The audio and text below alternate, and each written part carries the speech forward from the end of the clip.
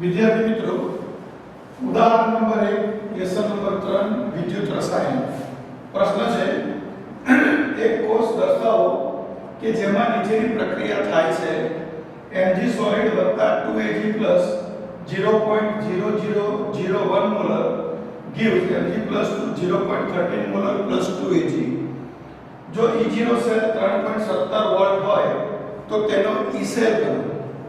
दोस्तों E cell गणो एवो જ્યારે પ્રશ્ન પૂછ્યો હોય તો આપણી પાસે ई सेल ગણવા માટે નર્સ સમીકરણ છે।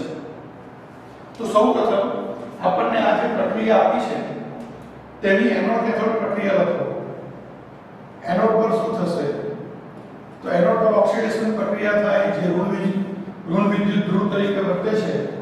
दोस्तों આ Mg માંથી Mg+2 બન્યો, આ 0 અને આ +2 ઓક્સિડેશન પ્રક્રિયા થઈ અને આ +2 માંથી આ +1 માંથી 0 બન્યું જે રિડક્શન પ્રક્રિયા થઈ તેનો પર આપણે લખી શકીશું Mg solid gives Mg +2 plus 2E minus અહીંયા કૌંસમાં લખવાનું 0.0001 મોલર અને કેથોડ પર શું લખવાનું દોસ્તો तो कैथोड पर प्रक्रिया है रिडक्शन प्रक्रिया એટલે ધન ધ્રુવ કહેવાય શું મળશે 2Ag plus 2E minus gives 2Ag।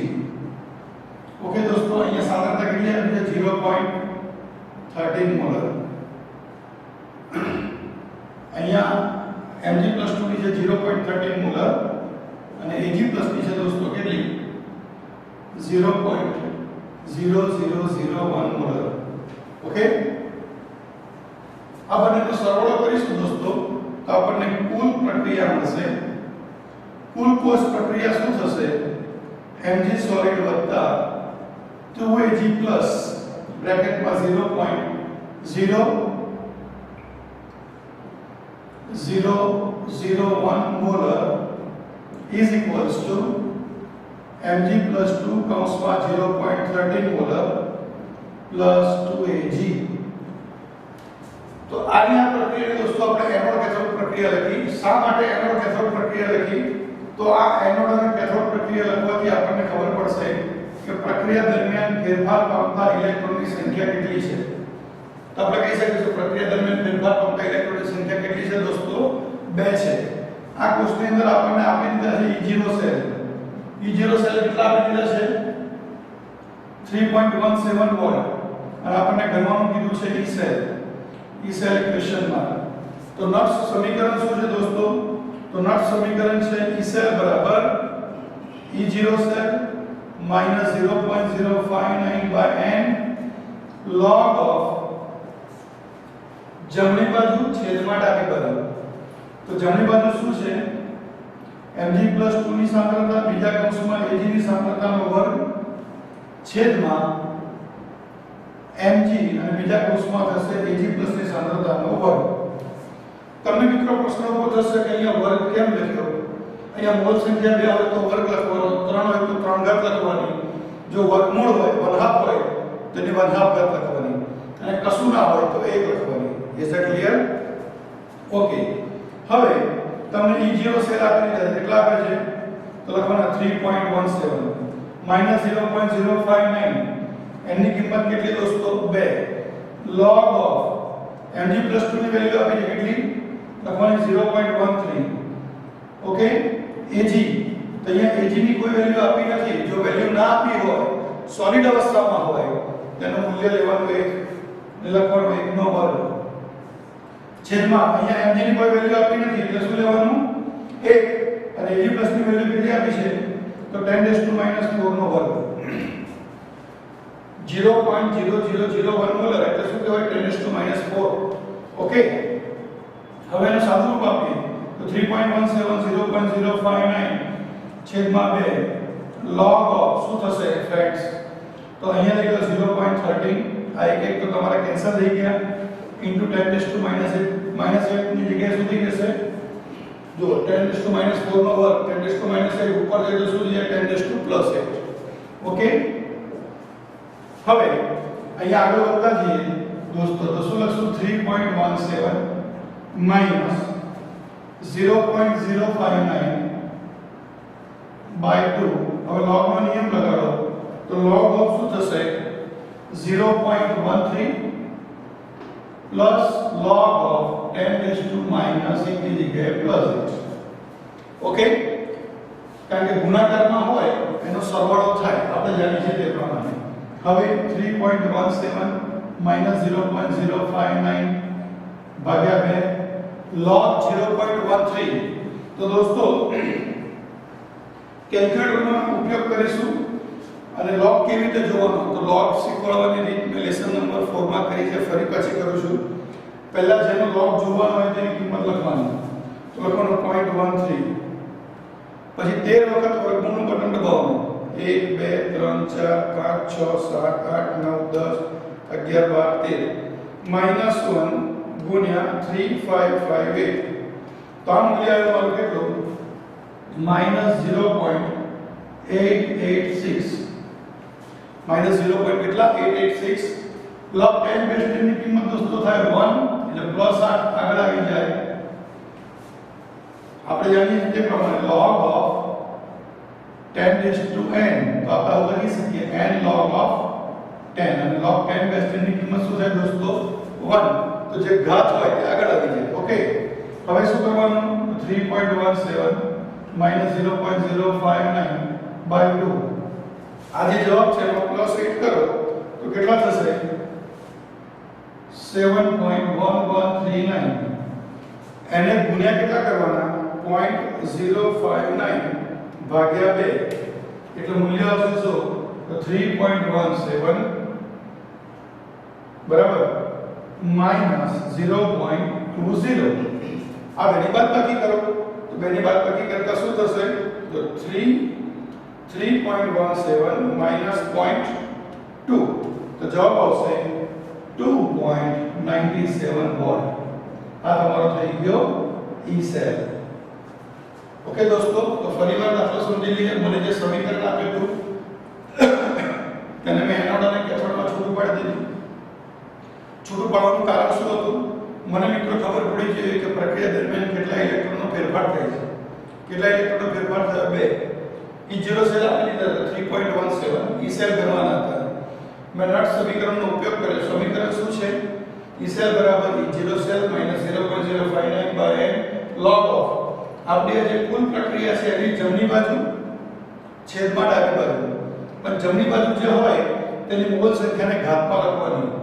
mg ની મોલ સંખ્યા એક એટલે ઉપર 1, અહીંયા 2 એટલે ઉપર 1 છેદમાં અહીંયા mg ના 1 એટલે 1, ag પ્લસ ના 2 એટલે ઉપર લખ્યો 1, અને પછી આ જે કિંમતો છે તે મૂકીને આપણે સાદું રૂપ આપતા આ જવાબ મળ્યો. Okay friends, thank you very much. પછી સારી રીતે ગણજો. વિદ્યાર્થી મિત્રો, લખાણ સંબંધી પાંચમો પ્રશ્ન, જે ઉદાહરણ નંબર 1 જેવો જ છે, સેમ ટુ સેમ. એટલે પહેલા ઉદાહરણ 1 જોવાનું, પછી લખાણ સંબંધી 5 જોવાનું. નીચેની પ્રક્રિયા થતી હોય તેવા કોષનો EMF ગણો. Ni solid વત્તા 2Ag plus 0.002 molar gives Ni plus 0.16 molar plus 2Ag. E0 cell બરાબર 1.05 વોલ્ટ આપેલો છે. પ્રશ્ન કીધો છે EMF ગણો. દોસ્તો EMF એટલે કાં તો E સેલ કાં તો E0 સેલ. પહેલા નક્કી કરો કે આપેલો કોષ પ્રમાણિત છે કે બિન પ્રમાણિત. તો વિડિયોઝ આગળ આપણે જે રેકોર્ડ કર્યા હતા બેઝિક વિડિયોમાં લખ્યું હતું કે જો સાંદ્રતા 1 મોલર ના હોય તો બિન પ્રમાણિત કોષ કહેવાય. તો આ કોષ આપણો છે બિન પ્રમાણિત કોષ, એટલે મારે E સેલ ગણવાનો છે. E સેલ ને કહેવામાં આવે છે EMF. EMF એટલે ઇલેક્ટ્રોમોટિવ ફોર્સ. ઓકે, તો E સેલ ગણવા માટે મારી પાસે સમીકરણ છે કે નટ સમીકરણ. તેના માટે સૌપ્રથમ મારે એ જોવું પડશે કે આપેલી પ્રક્રિયામાં કેટલા ઇલેક્ટ્રોન દૂર થાય છે. તો સૌપ્રથમ લખીશ એનોડ પર થતી પ્રક્રિયા. તો એનોડ પર કઈ પ્રક્રિયા થશે, તો દોસ્તો જો આ Ni માંથી Ni+2 બન્યા, આ 0 માંથી +2 એટલે ઓક્સિડેશન પ્રક્રિયા. એટલે એનોડ તમારો ઋણ બનશે. ઓક્સિડેશન પ્રક્રિયા થશે તો શું લખાશે, નિકલ સોલિડ gives Ni+2 કૌંસમાં 0.16 મોલર પ્લસ 2E માઈનસ. અને કેથોડ પર કઈ પ્રક્રિયા થશે દોસ્તો, તો કેથોડ એટલે ધન ધ્રુવ, એના પર શું થશે તો તો 2Ag પ્લસ કેટલા 0.002 molar plus 2E minus gives 2Ag. ખ્યાલ દોસ્તો ખાસ આ સાંદ્રતા લખવી ખૂબ જરૂરી છે. આનો સમીકરણનો સરવાળો કરો તો તમને કુલ પ્રક્રિયા મળશે. તો કુલ પ્રક્રિયા જે મળશે તે પ્રક્રિયા કઈ છે તો દોસ્તો આની આ જ પ્રક્રિયા મળશે Ni સોલિડ વત્તા 2Ag પ્લસ કૌંસમાં 0.002 molar is equals to Ni plus 2 0.16 molar plus 2Ag. આના ઉપરથી આપણને અંદાજો આવી ગયો દોસ્તો કે n બરાબર કેટલા થશે. n એટલે શું પ્રક્રિયા દરમિયાન ફેરફાર પામતા ઇલેક્ટ્રોનની સંખ્યા. તો કેટલા ઇલેક્ટ્રોનનો ફેરફાર થાય છે 2 ઇલેક્ટ્રોન ગયા અને 2 ઇલેક્ટ્રોન આવ્યા માટે n બરાબર કેટલા 2.